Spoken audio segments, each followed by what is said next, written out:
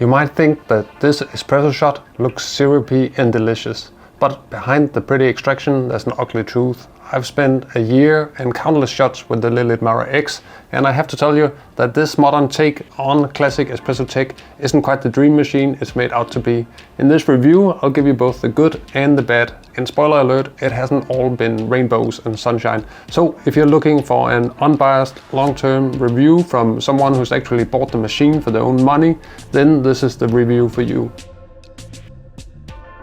Since the Lelit Mara X has been on the market for quite a while, there are already plenty of reviews that go into the small details and specs. So in this video I'll focus more on my personal experience using it for exactly a year. And first, let me explain why I got the Lelit Mara X in the first place. The Mara X is a heat exchanger machine and it uses an E61 group head, and both of these are kind of old school in design. Well, the E61 is actually very old school since it's from 1961, as the name indicates. But the Mara X has a reputation for being the most modern take on this type of machine. And people were saying that you pretty much have a dual boiler performance from this heat exchanger. So I was quite eager to see if the Mara X was truly so good that it could replace my regular dual boiler machine. Here I should give a little bit of context. I strongly prefer dual boiler espresso machines in general, because you don't have to do any weighting, any purging of hot water to get the temperature up and down. And usually you have better temperature stability. You can say some of the same things about Breville machines with the thermojet or other devices with the thermocoils. However, both single boiler machines and heat exchangers have workflow issues where you really have to pay a lot of attention to where the machine is in the heating cycle, because it can go up and down quite a bit. And espresso, if you want it to be really good, then it's better to have a stable temperature. Steaming, of course, happens at a much higher temperature, so machines that have to both brew coffee and steam milk with the same boiler, they need a lot more thermal management. So as mentioned, I've had the Mara X for a year now, and when I got it I had mixed expectations, but I will say that out of the box I was quite impressed. The packaging is nice, and the accessories that you get with the machines are really premium. You get this nice big portafilter here. It also comes with 3 IMS baskets included, and that's really high quality baskets. And then you also have a really good and solid tamper that comes with the machine. As you can see here, the footprint, I would say it's fairly compact for this kind of machine. Not the smallest one, but also not the largest one either. It's still quite a bit smaller than many dual boiler machines. In terms of design, it has that classic E61 look with 2 knobs for steaming and hot water spout, and then the big X61 group head and a drip tray. The drip tray is a little bit polarizing. It's kind of open. On the one hand, very exposed, so you can have some splashes, and it will also look dirty quite quickly, but at the same time some people might like it because then it's very obvious when you need to empty it into the sink. I got the Mara X in the classic steel version, but if I could travel back in time, I would probably get the colored one instead, because fingerprints and coffee stains are really very visible on this kind of finish here. One thing I find really annoying about the design is that it doesn't have any proper feet. Instead, it has these really low profile rubber bottom feet here. So that means if you want to move the machine, then you really have to hug it and then lift it up, which is a little bit awkward. So it's kind of hard to get a good grip. And I think visually it's also not the most pleasing thing. The steam one is a no-burn one, which is really nice. It's fully articulating, so you can move it around. And I found even on brew mode, when the steam pressure is pretty low, you can see here on the pressure gauge, there's one for both brewing and steaming. But even when it's kind of here at the lower setting, 1.5 bars, for me, it's plenty of pressure to get good texturing of the milk. So in that regard, it does pretty well. I enjoy steaming milk with this one here. The rest of the machine, this whole E61 area here, gets really hot. So you gotta be careful, because you can burn yourself pretty easily if you touch this for too long. The Lelit Mara X also comes with a pretty silent pump. I'm saying pretty silent because out of the box it was more silent. But I find that now when it's doing its cooling flushes, it's got a little bit of a rattling sound that can be a bit jarring.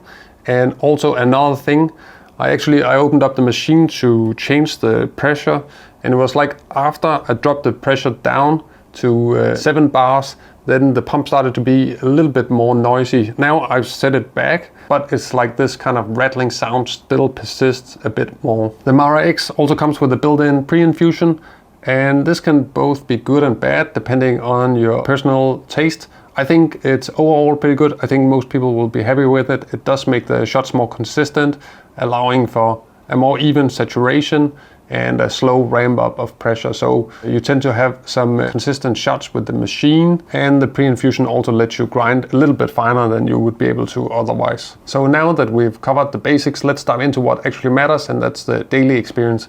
And here's where things are going to get a little bit more controversial. One of the things that really intrigued me about this machine was its dual operating modes.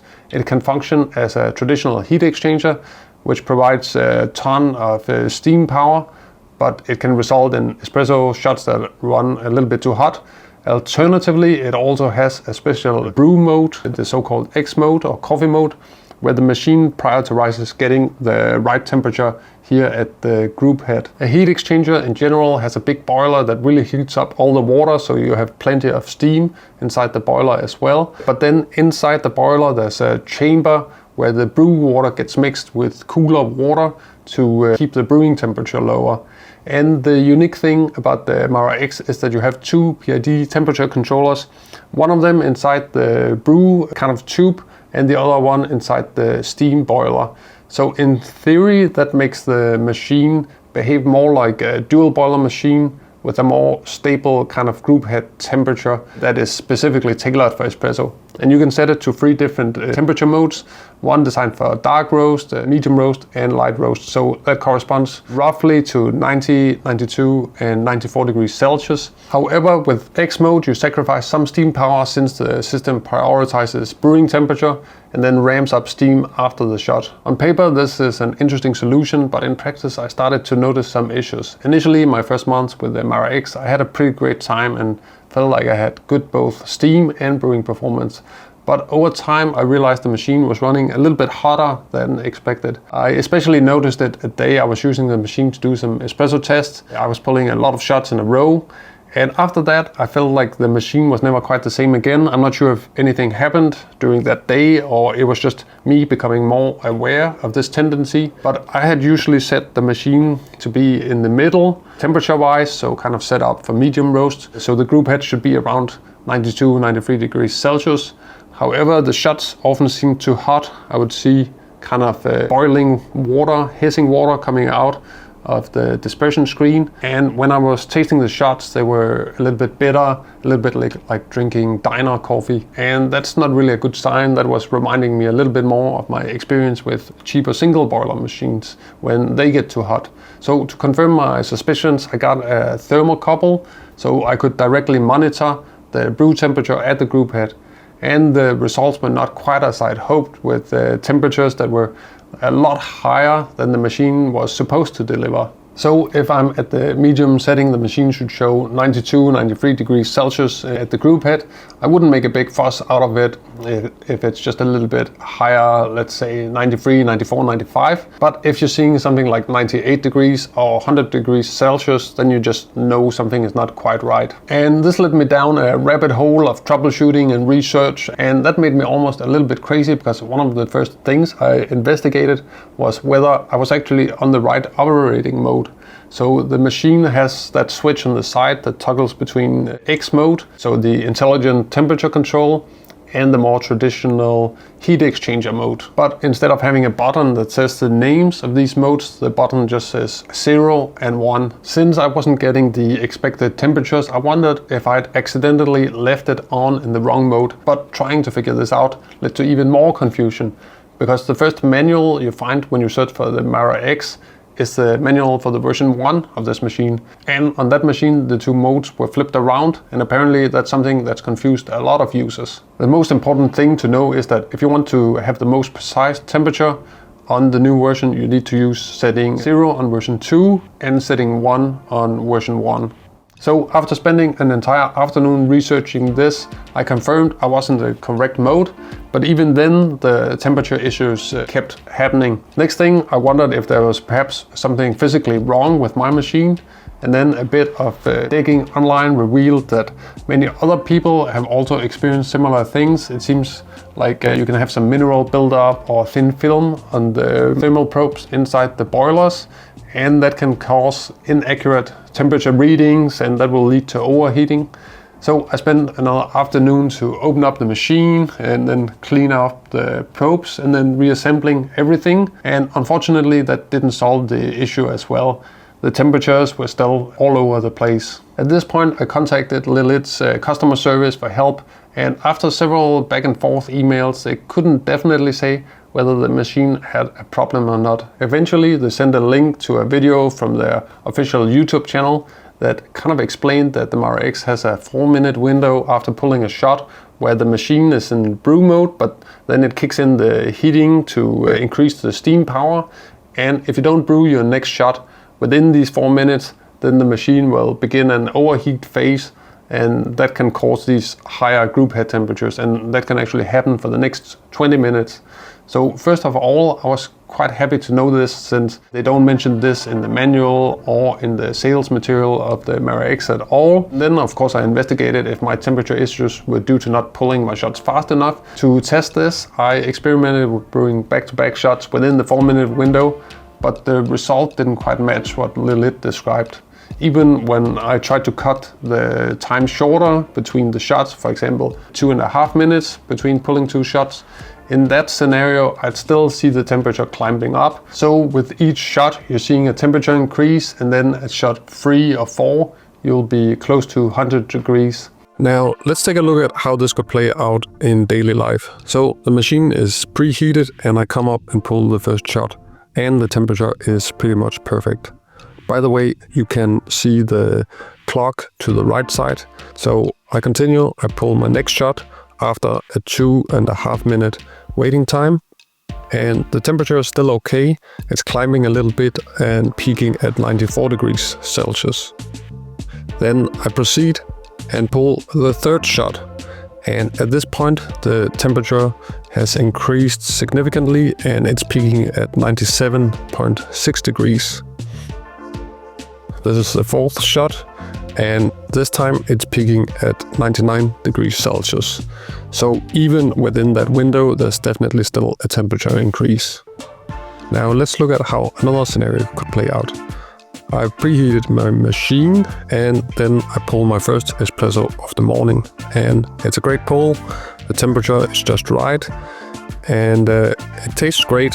But then, since it's morning, I want some more coffee. So I come back after 8.5 minutes, and at this point I try to pull my second shot. But already the machine has overheated and it's actually pulling at around 100 degrees Celsius. So if that's not going to give you diner coffee, I'm not really sure what is.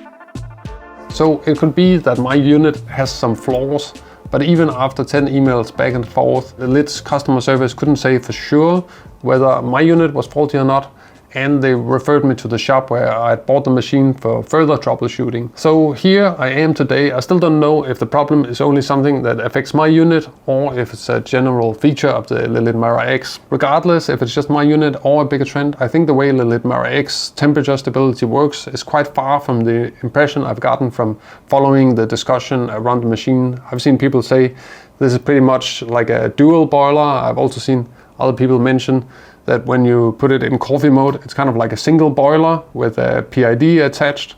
And in my experience, it's more like a one-of-a-kind heat exchanger where you have to completely stick to the workflow of the machine. So first you turn on the machine for 25 minutes, then you wait for it to heat up, and then you pull your shots in quick succession, and then you steam your milk, and then you have to wait for 20 minutes in theory for the machine to come back down to temperature. I'm saying in theory because I found that even waiting 25 minutes for the machine, it would still be too hot, and the best way to get it to come down to temperature is to turn it off or wait until the eco power kicks in. And that's the eco power, the energy saving mode, and that will kick in after 30 minutes. So when you combine all these things together, I think Mara X It's not what I would call an easy-going plug-and-play machine. If you read the manual on Lelit's website, you don't really get any kind of idea of this workflow that's actually required if you want the best out of the machine. It's not until you actually dig into all these forum discussions that you uncover this. And then as I spend more time with this device, I started thinking all this hassle for what is most likely going to end up as a pretty inconsistent experience unless you stick to that precise shot protocol. It's a lot of work, and personally I rarely drink milk-based coffee actually, but even when I do, something like the Breville Bambino does a pretty good job at foaming milk, and you don't need any waiting time, any wake-up time. You can just press a button and then go. And I think in most places in the world you can buy a Breville Bambino and a really good manual espresso machine like the Cafe Latte Robot or the Flair 58. You could have them together and then not have any waiting time, and probably just as good milk, coffee and espresso as with this machine here, without being forced into waiting all this time and all this kind of workflow. So I'm kind of thinking it really is a lot of water to heat up, a lot of metal to heat up, just to make an espresso a little bit the old-fashioned way. You could of course argue that my machine is a lemon and that I should review a proper functioning Lelit Mara X, but I think that kind of misses the point, because most users who have problems with a new unit like me, I've only had it for 1 year and it already started misbehaving way earlier than this. They will go through a pretty similar cycle where they'll first think about different modes, and then they'll go on forums and ask questions and try to diagnose, and then they'll get in touch with customer service like me.